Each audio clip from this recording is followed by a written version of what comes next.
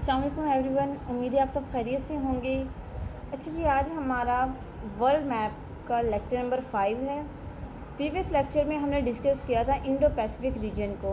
हमने मैप पे चीज़ों को हाईलाइट किया था कि इंडो पैसिफिक है क्या और वो कौन से रीजन्स हैं जो इंडो पैसिफिक को टच करते हैं। तो आज का हमारा लेक्चर है about South China Sea. South China Sea आपको पता है इसकी कितनी इंपॉर्टेंस है, तो वो इम्पोर्टेंस है क्या और ये मैप पे कहाँ एग्जिस्ट करता है। तो चलिए जी स्टार्ट करते हैं। सबसे पहले हमने अपना एक मैप ड्रॉ किया है। यहाँ तक ये एक मैप है, यहाँ तक जस्ट आप ऊपर वाले को देखिएगा। हमने मैप ड्रॉ किया है। फर्स्ट पे हमने साउथ अमेरिका, नॉर्थ अमेरिका और रियल अमेरिका है यहाँ मिड में। ये देखें, ये अमेरिका है।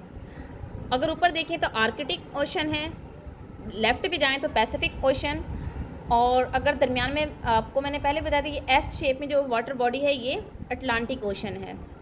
फिर अगर हम बिल्कुल राइट साइड पे आ जाएं तो यहाँ पे पैसिफिक ओशन और उसके बिल्कुल नीचे इंडियन ओशन है। इंडियन ओशन किसको टच करता है? अफ्रीका को, जो कि एक लोबियानुमा शेप में है हमारा एक कॉन्टिनेंट। उसके ऊपर हमारा यूरोप है और यूरोप के साथ एशिया। फिर ज़रा नीचे आ जाएंगे, यहाँ पर ऑस्ट्रेलिया है और उसके साथ ओशियाना है। अब साउथ चाइना सी कहाँ पे एग्जिस्ट करता है? तो यहाँ पे ये देखें, ये जो डॉटेड एरिया है ये सारा साउथ चाइना सी है। और ये टच किन किन को करता है? यहाँ पे ये देखें, ये इंडिया है, ये साथ में चाइना एंड इंडिया, और ये यहाँ पे छोटा सा देखें आइलैंड नुमा जापान है, ये जापान है। और फिर अगर साउथ चाइना सी को हम देखें, मैंने आपको पहले भी बताया था हमारे जो वर्ल्ड है ये राउंड है और हमने जो मैप बनाया है वो पेज पे बनाया था। अगर हम पेज को गोल बना लें तो ये वाला पैसिफिक का पैच और ये वाला पैसिफिक, ये दोनों आपस में जुड़ जाएंगे तो चाइना जो है अमेरिका के बिल्कुल पास आ जाएगा। यानी कि जो साउथ चाइना सी है अमेरिका और चाइना के दरमियान में बन जाएगा, बिल्कुल उसके मिड में आ जाएगा। तो एक्चुअल में कॉन्फ्लिक्ट है क्या? कॉन्फ्लिक्ट ये है कि अमेरिका क्लेम करता है साउथ चाइना सी हमारा है, इसकी वाटर बॉडी पे हमारा हक है। चाइना अपना क्लेम करता है, जापान अपना करता है, ताइवान, इंडिया, ये तमाम कंट्रीज़ आपस में अपना अपना क्लेम करते हैं इस पे। बट ऐसा नहीं है। यूएस को थ्रेट है चाइना से। अगर चाइना साउथ चाइना सी पर अपना कब्ज़ा करता है तो इसकी इकॉनमी है बहुत ज़्यादा ग्रो कर जाएगी। क्योंकि अभी अगर हम स्टिल देखें इस कॉन्फ्लिक्ट में, इन टसल्स के दौरान, तो तकरीबन 3 ट्रिलियन यूएस डॉलर की जो ट्रेड है वो कहाँ से होती है? साउथ चाइना सी से। ठीक है। इसके अलावा ये दुनिया की सबसे बड़ी यहाँ पे मेरीन रिसोर्सेज भी हैं, like fishes, oil and other natural resources are found in South China Sea. बात अगर हम करें चाइना की, तो चाइना की जो ट्रेड है वो होती है तकरीबन 80% चाइना की ट्रेड होती है साउथ चाइना सी के ज़रिए। फिर अगर हम बात करें साउथ कोरिया की तो 36% साउथ कोरिया की ट्रेड होती है यहाँ से। जापान की बात करें तो जापान की होती है 60%। और अगर हम बात करें इंडिया की, उनकी ट्रेड भी यहीं से होती है। और लास्ट पे है ताइवान। ताइवान कंट्री जो कि कॉन्फ्लिक्टेड डिस्प्यूटेड एरिया है, चाइना और ताइवान के दरमियान कॉन्फ्लिक्ट है। तो ताइवान की जो ट्रेड है वो भी तकरीबन 60% इसी रूट से होती है।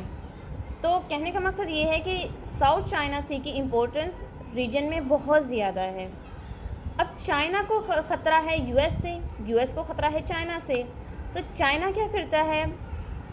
वो खुद को बचाने के लिए अपने ट्रेड रूट्स को अल्टरनेटिव वे में यूज़ करता है। अब यूएस ने चाइना के साथ क्या किया है? उसने अदर कंट्री, वेस्टर्न कंट्री के साथ मिलके इसका जो रास्ता था वो ब्लॉक कर दिया है।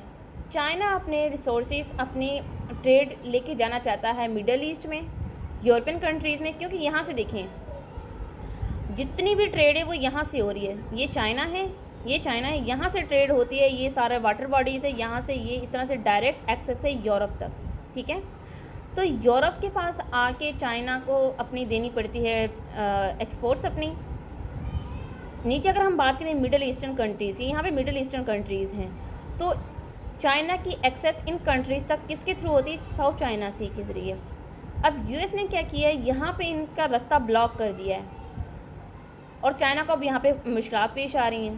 तो फिर चाइना ने एक अल्टरनेटिव रास्ता ढूंढा है और वो रास्ता है यहाँ पे, ये देखिए यहाँ पे पाकिस्तान है। यहाँ पे पाकिस्तान को मैंने मैप में ड्रा नहीं किया, बट यहाँ पे पाकिस्तान है इंडिया के बिल्कुल ऊपर, जो कि यहाँ पे एक वाटर बॉडी है और उनकी एक पोर्ट है ग्वादर। चाइना ने ग्वादर पोर्ट के ज़रिए अपनी एक्सेस बनाई है यूरोप तक और other eastern middle eastern countries तक। तो होता कुछ इस तरह से है, जब चाइना ट्रेड करता था यहाँ से तो चाइना को तकरीबन $1200 जो थे वो खर्च करना पड़ते थे, बट अगर उन्होंने यहाँ से जब पाकिस्तान के ज़रिए रास्ता बनाया है तो तकरीबन 250 या फिर इससे कुछ कम अमाउंट इनको दरकार होते हैं यहाँ पे अपनी ट्रेड के लिए। तो ये बेसिकली ये कॉन्फ्लिक्ट है। अगर इसी तरह चाइना अपनी ट्रेड करता रहा अपने शॉर्टेस्ट रूट से तो ये अमेरिका के लिए एक थ्रेट बन जाएगा। तो एक्चुअल में ये सारा सीन है। यूएस अपना क्लेम करता है, चाइना अपना करता है, जापान अपना करता है और जो ताइवान है वो अपना। अब नीचे वाले मैप में आप आ जाएं तो यहाँ पे ये देखें, एक आपको लाइन नज़र आ रही होगी, इसको बोलते हैं 9 डैश लाइन। ठीक है, 9 डैश लाइन यानी कि पहले डॉट्स हैं, फिर डैश, फिर डॉट्स, फिर डैश, इस तरह की ये 9 का ये एक पर्ल बना हुआ है, एक नेकलेस टाइप बना हुआ है। इसको अदर लैंग्वेज में इसको बोला जाता है काउस टंग, यानी कि ये गाय की ज़बान की जैसा होता है। ठीक है, फिर अगर हम देखें यहाँ पे आपको ये छोटे छोटे पैचेस नज़र आ रहे होंगे, छोटे छोटे पैचेस, ये 3-1-3-1। तो ये पैचेस आइलैंड्स हैं जो कि डिस्प्यूटेड आइलैंड्स हैं। ये कौन से आइलैंड हैं?